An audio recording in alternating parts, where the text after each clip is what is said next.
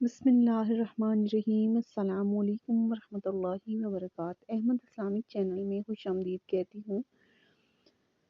آج 1 مئی ہے اور یوم مزدور ہے، مزدوروں کا عالمی دن ہے۔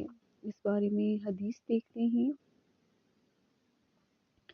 نبی پاک صلی اللہ علیہ وآلہ وسلم نے فرمایا کہ اللہ تعالیٰ کا ارشاد ہے، میں قیامت کے دن 3 آدمیوں کا دشمن ہوں گا۔